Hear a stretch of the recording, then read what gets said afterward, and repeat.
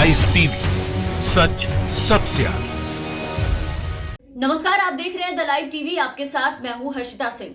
Love जिहाद के पहले केस में ही अब यूपी पुलिस पर गंभीर आरोप लगे हैं। यूपी में जिस मुस्लिम शख्स को पुलिस ने गिरफ्तार किया था, नए कानून के तहत उस लड़के के परिजनों का ये दावा है कि पुलिस के दबाव में आके ये केस जो है वो दर्ज किया गया है। साथ ही उसे पीटने का भी आरोप लगा है यूपी पुलिस पर। उत्तर प्रदेश में जब से लव जिहाद यानी कि गैर कानूनी धर्मांतरण से जुड़ा ये अध्यादेश आया है, तब से कम 3 केसेस दर्ज किए जा चुके हैं अब तक। लेकिन बरेली में जो पहला केस दर्ज किया गया अभी कुछ दिनों पहले, आपको वो याद होगा, जिसमें ये बताया गया था कि लड़के ने अपना धर्म छिपा करके हिंदू लड़की से शादी कर ली। उस पे कई तरह के आरोप लगे कि लड़की ने एफआईआर दर्ज कराई है लड़के के ऊपर।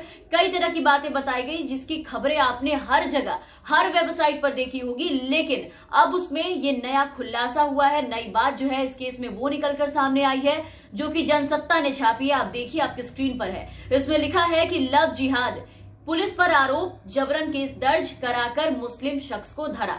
पूरी बात इसमें बताई गई है कि क्या क्या हुआ, कैसे हुआ, जो कि लड़के के पिता ने बताई है कि कैसे उस पे झूठे आरोप लगे और उसकी गिरफ्तारी की गई, उसे पीटा गया, उसके पिता को पीटा गया, जो कि उसके पिता का कहना है। तो कल तक जो बातें हो रही थी, ये कहा जा रहा था कि लड़की ने खुद आरोप लगाए हैं और एफआईआर दर्ज कराई है। लेकिन अब इस नए कानून के तहत गिरफ्तार किए जाने के बाद मुस्लिम युवक के परिजनों ने ये आरोप लगाया है कि लड़की के रिश्तेदारों ने पुलिस के दबाव में ये केस दर्ज कराया होगा। और जब से ये केस दर्ज हुआ है, तब से इस पर सवाल जो है वो लगातार उठता जा रहा है। खुद गांव वाले भी इनके सवाल उठा रहे हैं। इस केस के सामने आते ही सवाल जो है वो तभी उठाया गया था जब यूपी सरकार ने 28 दिसंबर को अध्यादेश जारी किया, तो उसके 12 घंटे के अंदर ही ये केस जो है वो दर्ज कर लिया गया था। इस पर सवाल ये भी उठा कि जब ये मामला करीब 1 साल पहले का है और इस साल अप्रैल में इनकी शादी हो गई थी, तो फिर परिवार अब क्यों एकाएक एफआईआर दर्ज करा रहा है। अब गांव के ही लोग इस पर आश्चर्यचकित है कि जब ये मामला दोनों परिवारों के बीच जो है वो पूरी तरीके से निपट गया, सुलझ गया, तो इसमें अब ऐसा आखिर क्या हो गया।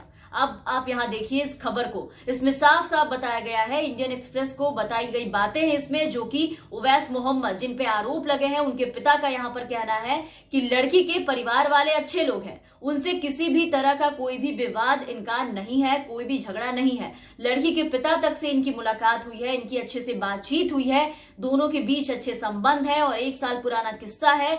तब ये जाकर के अप्रैल में शादी हुई इनकी। लेकिन पुलिस ने प्रमोशन और तारीफें बटोरने के लिए ये केस दर्ज कर लिया। उनके साथ मारपीट भी की गई है। मतलब कितनी शर्म की बात है कि क्या लव जिहाद और इस नए कानून में कहीं ये जिक्र किया गया कि आरोप साबित हुए बिना आप इस तरह से किसी के परिवार के साथ अत्याचार करें, उसे प्रताड़ित करें। और गौर करने वाली बात है कि अगर ये मामला ऐसा था, अगर लड़के ने अपनी पहचान छुपाई और जबरदस्ती धर्म परिवर्तन करवाया, तो इतने दिन में लड़की या उसके परिवार वालों ने कोई भी केस आखिर दर्ज क्यों नहीं कराया। लोग क्या योगी जी के नए कानून लव जिहाद का इंतजार कर रहे थे कि जब तक प्रदेश में योगी आदित्यनाथ कोई ऐसा नया अध्यादेश नहीं लाएंगे, हम इसके खिलाफ आवाज नहीं उठाएंगे। अब यहाँ देखिए एक चीज, यहाँ पे एक चीज ये भी है कि इस अध्यादेश के आने के पहले ही लोगों को डर सता रहा था। जो लोग ये कह रहे थे कि ये कहकर आलोचना हो रही थी इस अध्यादेश की कि लव जिहाद के नाम पर एक खास समुदाय को प्रताड़ित किया जाएगा, और जैसी आशंका थी वैसे ही आरोप बरेली में दर्ज किए गए पहले मामले में लगाए जा रहे हैं।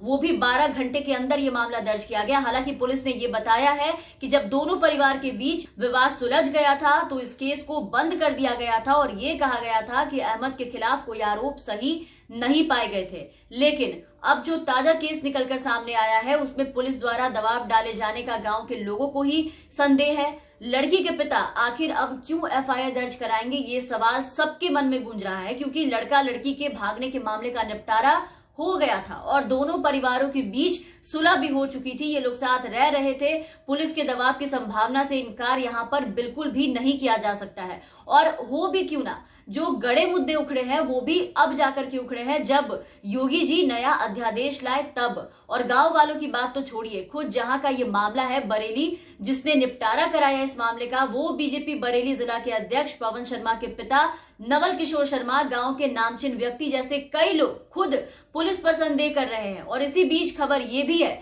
कि पुलिस ने एफआईआर दर्ज करने के 1 दिन पहले लड़की के पिता को उठाकर अपने साथ ये लोग ले गए थे। ऐसे में यूपी पुलिस कौन सी कार्रवाई कर रही है ये तो वही बताएगी। ऐसे भी भैया ये यूपी पुलिस है, कब किसके कहने पर गाड़ी पलट देते हैं ये लोग, कब ना जाने किसके दबाव में किसी पर पेट्रोल छिड़ककर आधी रात को उसका अंतिम संस्कार कर देते हैं। लेकिन यही जब किसी की गिरफ्तारी की बात आती है तब एक मामूली सा अकेला अपराधी तक इनके गन, इनके हथियार छीनकर भाग जाते हैं। और ये बेचारे शक्ल के पुलिस अफसर योगी जी के पूरे बल, पूरी फौज के साथ वहां अपराधी के मुंह ताकते रह जाते हैं। और अब इनकी फुर्ती देखिए, ऐसे मामले दर्ज किए हैं जिसमें आरोप किसने किस पे लगाए यही पता नहीं चल रहा है, फिर भी लव जिहाद के नाम पर सुर्खियां पुलिस बटोर रही है। खैर, इन सब के बाद देखते हैं कि इसे सच इसका कैसे साबित करते हैं ये पुलिस वाले, क्योंकि लव जिहाद के इस मामले में कटघरे में खुद इस बार योगी सरकार की पुलिस खड़ी है और जवाब इस बार इनसे ही मांगा जाएगा। तो फिलहाल के लिए इस वीडियो में बस इतना ही। आप बने रहे हमारे साथ। अगर आपने अब तक हमारे चैनल को सब्सक्राइब नहीं किया है तो जरूर सब्सक्राइब कर दे, साथ ही बेल आइकन जरूर दबाएं ताकि हमारी हर अपडेट्स आप तक पहुंचती रहे। और अगर आप हमारा ये वीडियो हमारे फेसबुक पेज पर देख रहे हैं तो हमारे फेसबुक पेज को जरूर फॉलो करें। धन्यवाद। लाइव टीवी, सच सबसे आगे।